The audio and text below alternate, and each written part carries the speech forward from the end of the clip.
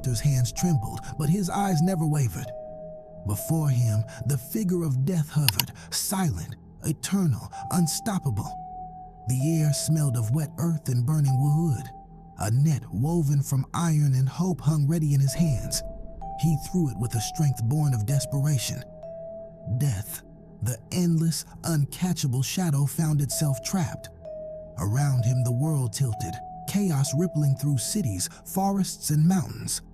People screamed at impossible disappearances, rivers ran strangely, birds fell silent mid-flight. And yet, the hunter stood alone, his heart pounding, knowing that to capture death was to challenge the balance of life itself. Death screamed, though not with a voice. A vibration of void filled the air as the hunter's net wrapped around it. Shadows twisted violently, and the ground beneath him trembled. The hunter felt the pressure of the world's gaze, though not a single person could see him. In that moment, he understood. This was no longer a hunt. It was a rebellion against nature itself. Every heartbeat of the living seemed louder, every scream of the dying more urgent. And yet, he stood firm, every muscle taut, every breath deliberate. The hunter had done the impossible, and in doing so, had thrown existence itself into chaos. He was not a man the world would have noticed on any ordinary day. His coat was tattered, patched in multiple places, hands calloused and cracked from decades of work and warfare. A scar traced his jawline, a memory of a soldier's narrow escape. His eyes, stormy gray, reflected pain, loss, and a determination that burned brighter than any fire. He crouched in the midst of the forest, net in hand, listening to the silence that followed the chaos. Trees quivered, leaves falling as though gravity had been betrayed. Somewhere, a river hissed angrily, refusing to obey the earth.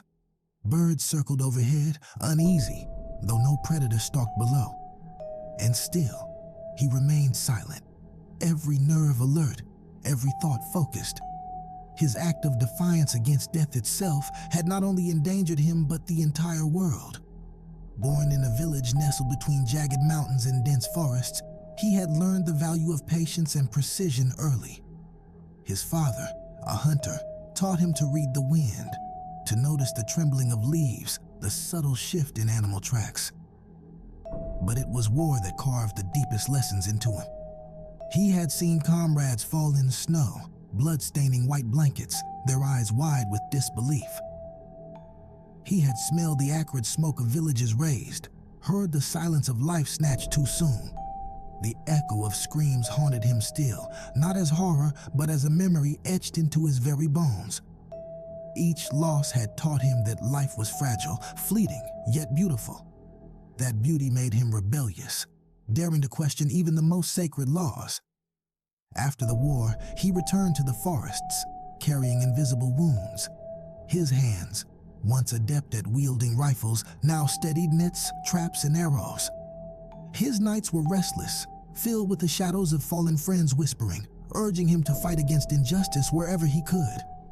Though his body bore scars of past battles, it was his mind that never rested, analyzing, predicting, planning. And now, facing death itself, he drew upon every lesson he had learned, every sorrow endured, every life he had witnessed extinguished, ready to challenge the eternal.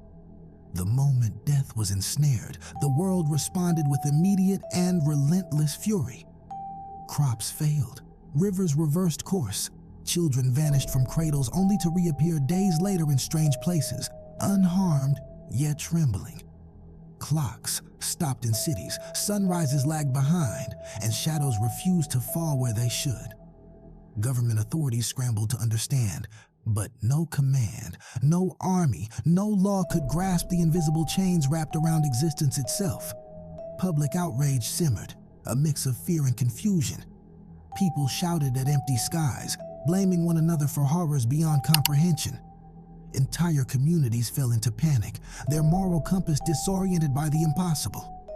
And in the midst of it, the hunter remained unnoticed by the masses, yet visible to those attuned to life's rhythms.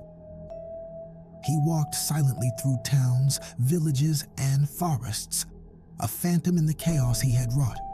Some called him insane, others a savior or a sinner. Days turned into nights without sequence.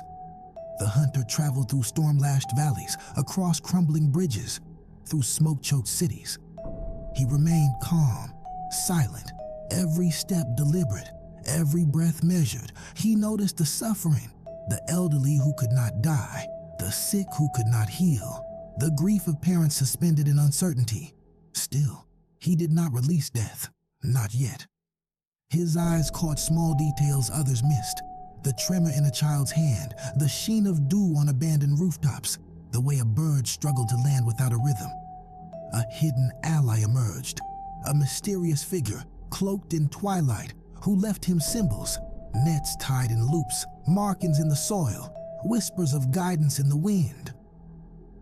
The hunter did not speak, but every gesture of his silent companion strengthened his resolve, hinting that his actions, dangerous as they were, had purpose. When the world had nearly fractured under the absence of death, the hunter revealed the depth of his unseen strength. He had prepared for this moment all his life, not with weapons, but with understanding. He knew the threads that bound life and death, the balance that the universe demanded. As the hunter approached a great chasm in the earth, he began to weave a new net, one not of iron, but of patience, respect, and acknowledgement. His hidden ally, now revealed as an ancient guardian of balance, guided him silently. With the final motion, death was freed, but only partially, released into its rightful place within the world's order. Crops began to grow again, rivers returned to their paths, children slept in their beds, and the clocks ticked once more. The world sighed, a collective exhalation of relief and wonder. And still, the hunter remained, a silent figure standing at the edge of the chasm, eyes reflecting the weight of what he had done. The final scene unfolded with awe. Townspeople emerged from their homes, eyes wide, mouths agape, watching as the hunter returned death to its rightful place. Crowds fell silent, some kneeling, some raising hands in reverence. The air felt lighter, the sky bluer, the wind softer. No speeches were given, no heroics shouted. Just acknowledgement, a city, a village, a forest standing in silent respect. The hunter's act of defiance had restored balance, not through force, but through understanding, patience, and courage. Life continued, richer and more grateful for the invisible hero who had risked everything to maintain it.